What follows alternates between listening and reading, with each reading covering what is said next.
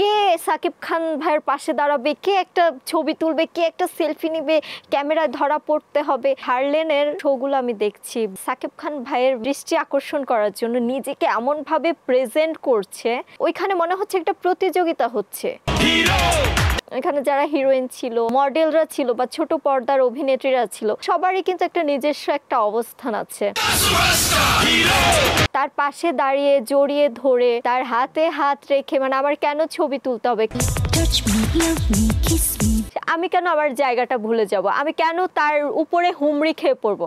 শাকিব খান কারো উপরে হুমড়ি খেয়ে পড়েছে এরকম দেখেছেন?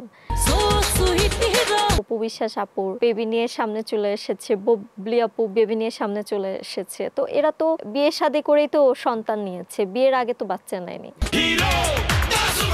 শাকিব খান ভাইয়া, তার সাথে কাজ করতে গেলে আসলে যোগ্যতা অর্জন করতে হবে। যে যদি সে যোগ্য মনে করে যে না এই মেয়েটাকে নিয়ে একটা কাজ করি, একটা সুযোগ দেই, ওই দিনটার অপেক্ষায় আছি। সাকিব খান হচ্ছে এখন বাংলাদেশের মেগাস্টার। হ্যাঁ, তার সঙ্গে কাজ করার জন্য সব শিল্পীরা অনেক পাগল। হ্যাঁ, এবং অনেকেই বলে যে কাজের অফার পাচ্ছে সাকিব খানের সাথে। আপনি কখনো পান নাই? কে বলেছে যে কেউ কাজের অফার পাচ্ছে আর সে কাজ করছে না? এমনটা আমার মনে হয় না হয়েছে। কেউ হয়তো জিনিসটা নিয়ে মিথ্যা বলছে, বানোয়াট বলছে, নিজেকে অনেক বড় প্রমাণ করার জন্য। আমি সুযোগ পেয়েছি, বাট আমি কাজ করছি না, তোমাকে সুযোগ দিচ্ছে না। আর শাকিব খান ভাইয়া এখন যে মেগাস্টার, তার সাথে কাজ করতে গেলে আসলে যোগ্যতা অর্জন করতে হবে। আমি হচ্ছে 2 দিনের একটা মানুষ, আমার তো তার সাথে কাজ করতে গেলে আমাকে প্রুভ করতে হবে, ওই জায়গাটায় যেতে হবে, যেন আমার তার কাছে যে রিকোয়েস্ট করতে না হয় ভাইয়া আমি একটা সিনেমা করব, এটা যেন আমার বলতে না হয়। যেন সাকিব ভাই বলতে পারে যে যদি সে যোগ্য মনে করে যে না এই মেয়েটাকে নিয়ে একটা কাজ করি, একটা সুযোগ দিই, ওই দিনটার অপেক্ষায় আছি।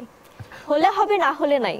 But megastar, he is a megastar, amazing একজন পার্সন। মানে তার সাথে দাঁড়িয়ে কাজ করবে একজন হিরোইন বা একজন আর্টিস্ট, এটা নিয়ে কেউ মানে এমন কেউ নাই যে প্রাউড ফিল করবে না, এমন কেউ নেই, আসলেই এমন কেউ নেই। ইদানিং যেটা দেখি যে অনেক পরিচিত আর্টিস্টরাও বক্তব্য দিচ্ছে সাকিব খানের সঙ্গে কাজ করতে চায়, এমনকি সাকিব খানের বাচ্চার মা হওয়ার জন্য অনেক মডেল তারকারা প্রস্তুত। বাচ্চার মা মূলত এটা হচ্ছে একটা গুজব হয়ে গেছে, যেহেতু অপু বিশ্বাস আপুর বেবি নিয়ে সামনে চলে এসেছে, বুবলি আপু বেবি নিয়ে সামনে চলে এসেছে। তো এরা তো মূলত ধর্মীয়ভাবে বিয়ে শাদী করেই তো সন্তান নিয়েছে, বিয়ের আগে তো বাচ্চা নেয়নি। তো সাকিব খান আগে তাদের বিয়ে করুক, যারা এই কথা বলে আগে বিয়ে করুক, তারপর বাচ্চার মা হোক। এই যে হারলেনের অনুষ্ঠান বা অন্যান্য জায়গাগুলোতে যে সাকিব খানের ঘাটা বড় বড় তারকারা, এই বিষয়টা আসলে শিল্পী হিসাবে কিভাবে দেখো তুমি? হারলেনের যে শোগুলো আমি দেখছি বা প্রোগ্রামগুলো দেখেছি, ওইখানে সাকিব খান ভাইয়ের মানে নজর কারার জন্য, দৃষ্টি আকর্ষণ করার জন্য নিজেকে এমন ভাবে প্রেজেন্ট করছে। ঠিক আছে, সে একজন সুপারস্টার, মেগাস্টার, তার পাশে তাকে আমরা সম্মান করব, রেসপেক্ট করব, এটা স্বাভাবিক। কিন্তু এমন মানে ওইখানে মনে হচ্ছে একটা প্রতিযোগিতা হচ্ছে, কে সাকিব খান ভাইয়ের পাশে দাঁড়াবে, কে একটা ছবি তুলবে, কে একটা সেলফি নিবে, ক্যামেরায় ধরা পড়তে হবে। দেখুন, আমি মনে করি সবারই একটা নিজস্ব একটা জায়গা আছে। এখানে যারা হিরোইন ছিল বা মডেলরা ছিল বা ছোট পর্দার অভিনেত্রীরা ছিল, সবারই কিন্তু একটা নিজস্ব একটা অবস্থান আছে। তো ওইখানে তারা এমন সিচুয়েশন ক্রিয়েট করে, ধাক্কা ধাক্কির যে ব্যাপারটা, এটা আসলে খুবই দৃষ্টিকটু আমার কাছে। এটা আসলে প্রয়োজন পড়ে না। কারণ সাকিব ভাই যদি এখানে দাঁড়ায়, আমি যদি 4-5টা লাইনের পরেও থাকি, তাও সাকিব খান ভাই সাথে আসে, তার পাশে দাঁড়িয়ে জড়িয়ে ধরে তার হাতে হাত রেখে, মানে আমার কেন ছবি তুলতে হবে, কেন সবাইকে পাবলিক প্লেসে বুঝাইতে হবে যে সাকিব খান ভাইয়া মানে সরি পাবলিক প্লেসে যে আমাকে বোঝাতে হবে সাকিব খান ভাই আমাকে প্রায়োরিটি দিচ্ছে, এটার আসলে কোনো প্রয়োজন পড়ছে না। বিষয়টা তো উল্টো হয়ে যাচ্ছে, আসলে উল্টো হয়ে যাচ্ছে। কেমন? মানে পাত্তা দিচ্ছে না মনে হচ্ছে। সে একজন সফল একজন পুরুষ, একজন মানে চলচ্চিত্র নায়ক হিসেবে সে সফল।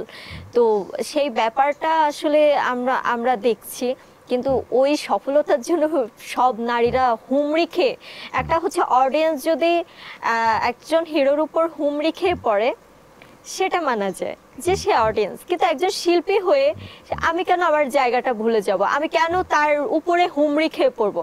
শাকিব খান কারো উপরে হুমড়ি খেয়ে পড়েছে এরকম দেখেছেন? তাকে আমি দেখিনি, ভাইয়াকে আসলে দেখিনি। আমি দেখেছি আর্টিস্টকে, মডেলকে, হিরোইনদের ওদের হুমড়ি খেয়ে পড়তে, তারা আসলে তাদের জায়গাটা ভুলে যাচ্ছে। তারাও যে নিজের জায়গায় একজন স্টার এটা তারা আসলে ভুলে যাচ্ছে। ঘুরে ফিরে আসলে অডিয়েন্স বলেন বা আমাদের আর্টিস্টরা বলেন যে শাকিব খানের এই দোষ, শাকিব খানের সেই দোষ, শাকিব খানের অমুক, শাকিব খানের তমুক। শাকিব খানের দোষ নেই। শাকিব খান ভাইয়ের দোষ হলে সে আজকে সবার উপরে থাকতো না, সবার নিচে থাকতো। তো যারা শাকিব ভাইয়ের দোষ দিচ্ছে তারা আসলে শাকিব খান ভাইয়াকে নিচ থেকে এভাবে দেখে। এটাই হচ্ছে মেইন কথা, আসল পয়েন্ট এখানেই।